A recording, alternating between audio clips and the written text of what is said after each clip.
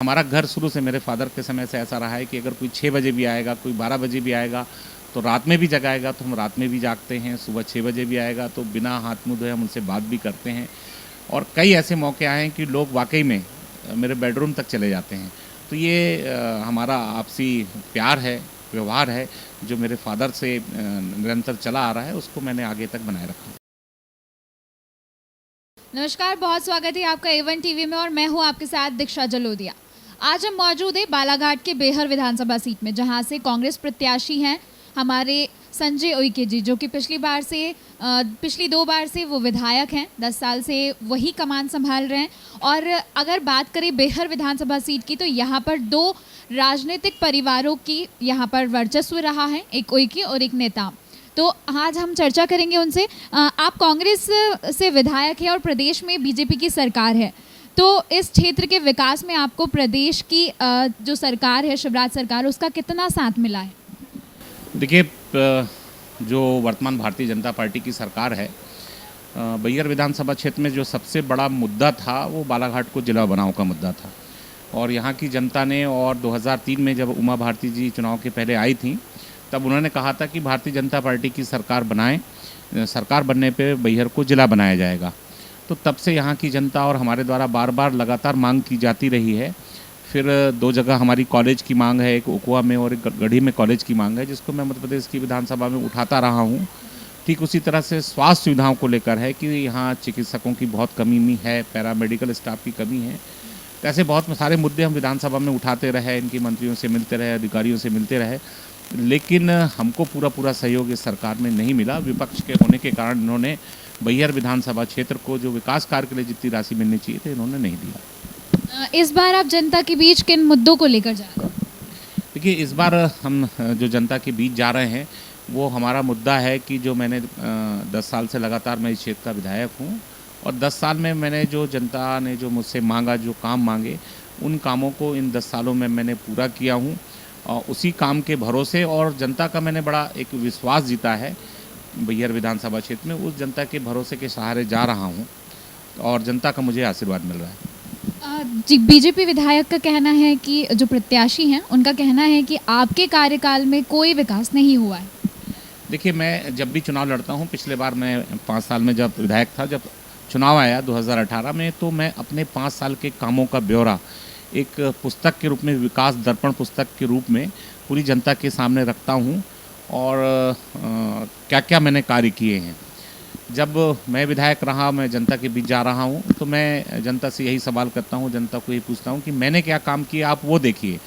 और वो उन्होंने क्या काम किया, वो भी 10 साल रहे मेरे से पहले, और साथ सत्ता के साथ रहे, उनकी सरकार रही प्रदेश में, देश में, तो उनका काम कितना हुआ है, मेरा काम कितना हुआ है, मैं ये दोनों जनता के सामने रखता हूँ। मैं आपको बताना चाहूँगा, आपके माध्यम से समझ जनता को भी बताना चाहूँगा कि मैं हर बार, मेरे फादर भी थे तब भी बाकायदा हम अपने विकास कार्यों की पुस्तक छपाते थे, जनता के सामने देते थे।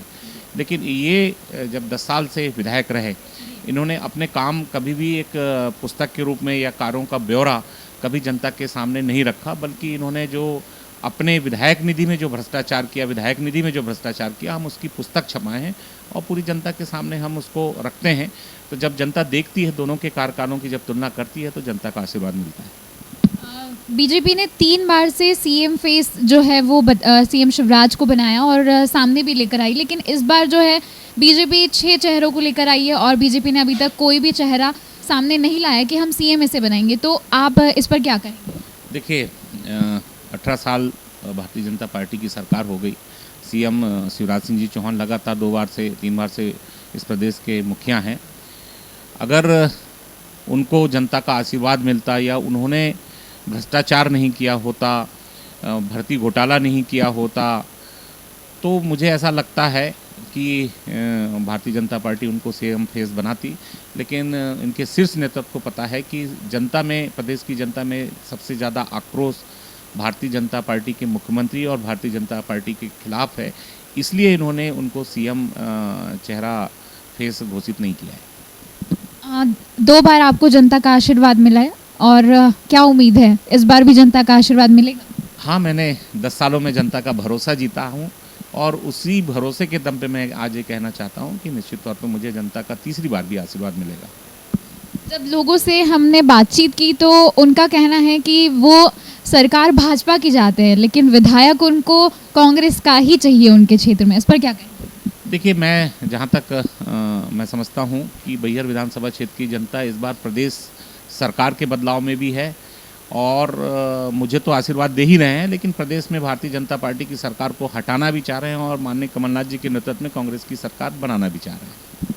सरकार बीजेपी की थी और आप कांग्रेस से हैं, तो कितना चैलेंजिंग था क्षेत्र का विकास और जो क्षेत्र के लोग हैं उनकी उम्मीदों पर खरा उतरना?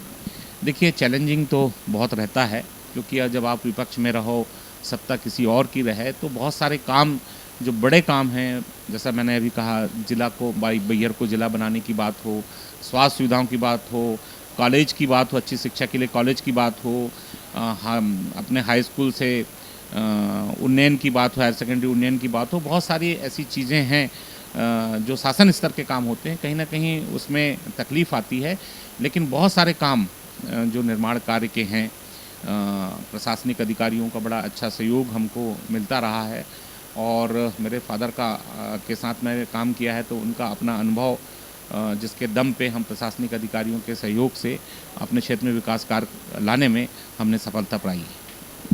एक राजनीति से हटकर सवाल है मेरा, जिस तरीके से एक मंत्री का बेटा और उसका घर देखा जाए तो आपका रहन सहन बहुत ही सरल है और हमने तो यहाँ तक सुना है कि लोग आपको जगाने के लिए बिस्तर तक आ जाते हैं, तो इस पर क्या कहेंगे? देखिए, हम बैहर विधानसभा क्षेत्र की जनता का नेतृत्व करते हैं, तो हमारा पहला ये रहता है कि बैहर क्षेत्र की जनता को हम बहुत फ्रेंडली लेते हैं कि हम उसमें कोई अहम नहीं है। हम पूरी जनता से बड़े प्यार से मिलते हैं, मिलनसार हैं और हमारा घर शुरू से मेरे फादर के समय से ऐसा रहा है कि अगर कोई 6 बजे भी आएगा, कोई 12 बजे भी आएगा, तो रात में भी जगाएगा तो हम रात में भी जागते हैं, सुबह 6 बजे भी आएगा तो बिना हाथ मुँह धोए हम उनसे बात भी करते हैं और कई ऐसे मौके आए हैं कि लोग वाकई में मेरे बेडरूम तक चले जाते हैं। तो ये हमारा आपसी प्यार है, व्यवहार है, जो मेरे फादर से निरंतर चला आ रहा है, उसको मैंने आगे तक बनाए रखा। अगर जनता का आशीर्वाद मिलता है तो क्षेत्र को सबसे पहली वो कौन सी चीज़ है जो विकास के लिए आप देना चाहेंगे?